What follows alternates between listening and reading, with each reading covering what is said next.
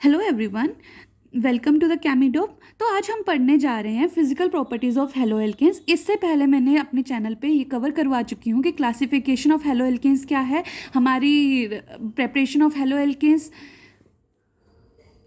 Preparation of haloarenes, ये सब cover हो चुका है। अब अपनी जो चौथा वीडियो आया है उसमें क्या है, physical properties of haloalkanes हम करने जा रहे हैं। इसमें क्या होगा, melting point and boiling point हमने देखना है। ठीक है, तो melting point and boiling point से आप क्या समझते हो? मेल्ट कौन होता है? सॉलिड ही मेल्ट होगा, सॉलिड ही मेल्ट होगा। सॉलिड में क्या होती है, बहुत अच्छी अच्छी खासी इलेक्ट्रोस्टैटिक इंटरेक्शन होती है। बहुत ज़्यादा अच्छी इलेक्ट्रोस्टैटिक इंटरेक्शन होने के क्या कारण क्या है, वो बहुत ज़्यादा पास में रहते हैं, बहुत ज़्यादा पास में रहते हैं तो सॉलिड होता है। ठीक है, वही मेल्ट कर पाएगा जिसमें बहुत ज़्यादा इंटरेक्शन होगी। अब हमारे पास जो हेलो एल्केन होता है वहाँ पे किस किस का बॉन्ड होता है? कार्बन और हेलोजन का बॉन्ड होता है, जो कि ज़्यादा पोलर तो हो नहीं सकता। ये ज़्यादा पोलर क्यों नहीं हो सकता? क्योंकि पोलर होने के लिए आपको एक जो आयनिक बॉन्ड होने के लिए आपको एक मेटल चाहिए होता है और एक नॉन मेटल। क्योंकि वो क्या होता है, एक बहुत ज़्यादा इलेक्ट्रोनेगेटिव होता है और एक बहुत ज़्यादा इलेक्ट्रोपॉजिटिव होता है, तो वहाँ पे बॉन्ड सबसे ज़्यादा स्ट्रॉन्ग बनता है। ठीक है, पर यहाँ पे क्या है, आयनिक और कोवलेंट के बीच का बॉन्ड बन रहा है। बीच का बॉन्ड कैसे? क्योंकि हेलोजन ग्रुप कुछ तो इलेक्ट्रोनेगेटिव ज़्यादा है ना, कुछ क्या बहुत ज़्यादा इलेक्ट्रोनेगेटिव है, तो यहाँ पे भी कुछ ना कुछ इंटरेक्शन हो रही है। उसी इंटरेक्शन के कारण यहाँ पे क्या हो रहा है कि थोड़ी बहुत इंटरेक्शन के कारण यहाँ पे बॉइलिंग पॉइंट का कंसेप्ट आ जाता है। क्योंकि यहाँ पे देखो, थोड़ी बहुत इंटरेक्शन के कारण लिक्विड बन सकता है, पर ऐसा तो नहीं है कि बिल्कुल ही सॉलिड बन जाए, बहुत सारी इंटरेक्शन हो जाए और सॉलिड बन जाए। ठीक है, तो यहाँ पे लिक्विड बन जाता है। और ऐसा भी नहीं है कि बिल्कुल ही इनमें इंटरेक्शन नहीं है और गैस बन गई, है ना। बिल्कुल इंटरेक्शन नहीं होगी तो वो क्या हो जाता है, बहुत ज़्यादा ईजिली एस्केप कर जाता है।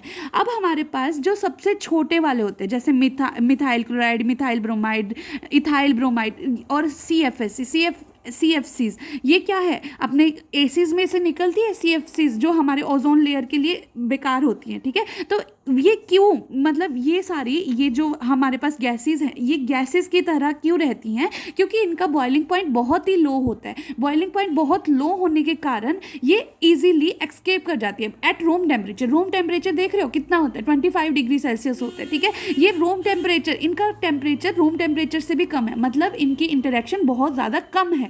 ठीक है, तो ये एक्सकेप कर जाती हैं गैसेस की तरह। अब हमारे पास जो अब हमारे पास मान लो एक छोटे छोटे मॉलिक्यूल्स हैं, उनमें इंटरेक्शन उतनी ज़्यादा हो नहीं रही है, बहुत स्मॉल पार्टिकल्स हैं, वो क्या है, एक दूसरे से दूर ही हैं। ठीक है, वो क्या कर सकते हैं, गैसेस की तरह एक्सकेप कर सकते हैं। एक हमने ले लिया, बहुत बड़े मॉलिक्यूल्स हैं, इनमें क्या हो रही है, अब इंटरेक्शन हो रही है। थोड़ी बहुत इंटरेक्शन होने के कारण यहाँ पे क्या हो रहा है, मतलब ये क्या हो रहा है, कंपैक्ट साइज में आ रहा है, थोड़ी इंटरेक्शन आ रही है इनमें। तो यहाँ पे हम बॉइलिंग ले सकते हैं, बॉइलिंग तो ले सकते हैं ना, कि यहाँ पे क्या हो रही है, वंडरवॉल फोर्स ऑफ अट्रैक्शन हो सकती है। वंडरवॉल फोर्स ऑफ अट्रैक्शन कैसी होती है कि यहाँ पे इंड्यूस हो रही है। यहाँ पे कोई मान लो यहाँ पे कोई नेगेटिव चार्ज है और नेगेटिव चार्ज है, यहाँ पे कोई बड़ा सारा मॉलिक्यूल है, उसके पास में कुछ लेके आ गए हम, और यहाँ पे इंड्यूस हो रही है, पॉजिटिव चार्ज नेगेटिव चार्ज यहाँ पे बन रहे हैं। तो यहाँ पे क्या हो रही है, वंडरवॉल्स फोर्स ऑफ अट्रैक्शन भी होती है और इंड्यूस्ड इंटरेक्शन भी होती है। तो यहाँ पे स्ट्रॉन्ग इंटरेक्शन होने के कारण इनका बॉइलिंग पॉइंट बढ़ जाता है। समझ रहे हो, इनका बॉइलिंग पॉइंट बढ़ जाता है इंटरेक्शन होने की वजह से ही, क्योंकि हमें तोड़नी पड़ेगी, इन लिंकेजेस को तोड़ना पड़ेगा। लिंकेज से इसको तोड़ने के लिए हमें क्या देनी पड़ेगी, बाहर से एनर्जी देनी पड़ेगी, और ज़्यादा एनर्जी देनी पड़ेगी, तभी तो हमारा बॉइलिंग पॉइंट इंक्रीज कर रहा है।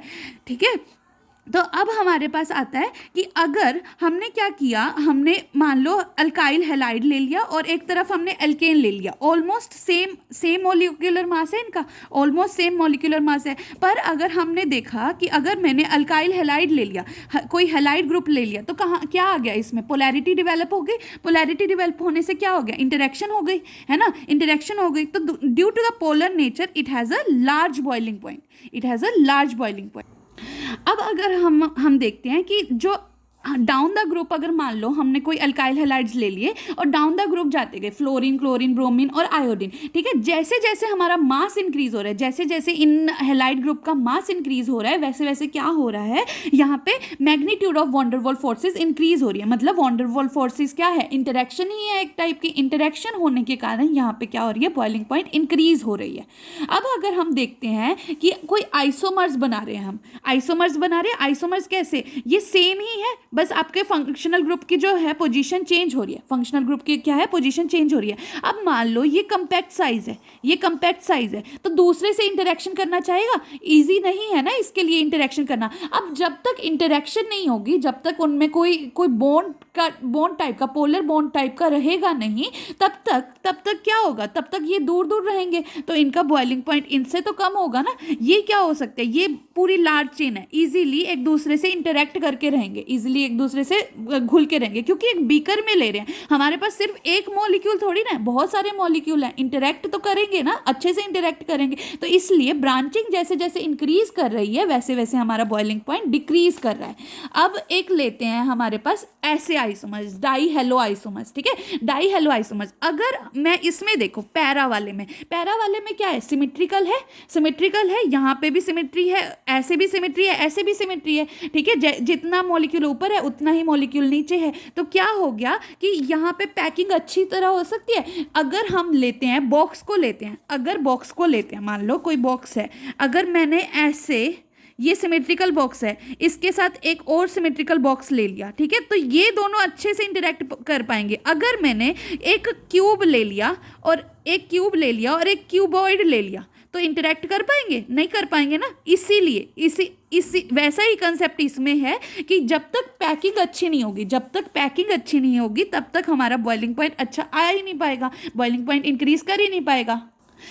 अब हमारे पास आता है डेंसिटी का कंसेप्ट। डेंसिटी क्या होता है, मास पर यूनिट वॉल्यूम। तो अगर हमने क्या किया, मास को इंक्रीज कर दिया तो डेंसिटी अपने आप इंक्रीज होगी। नीचे जाते जाते हमारे हेलोजन एटम का मास क्या कर रहा है, इंक्रीज कर रहा है, तो हमारी डेंसिटी भी इंक्रीज करेगी। इसीलिए डेंसिटी का यही है अपनी फिजिकल प्रॉपर्टी। अब हमारे पास लास्ट फिजिकल प्रॉपर्टी जो है वो है सॉल्युबिलिटी। सॉल्युबिलिटी को कैसे देखते हैं, सॉल्युबिलिटी के लिए एक को, मतलब मान लो हमारे पास हेलो एल्केन, इन दोनों में स्ट्रॉन्ग इंटरेक्शन है। उधर से अपने पास हमने वाटर में घुलने के लिए छोड़ दिया, वाटर में घोलना चाहते हैं, पर वाटर में अपनी एक हाइड्रोजन बॉन्डिंग है ना, अलग से। तो अगर इनमें पहले ही स्ट्रॉन्ग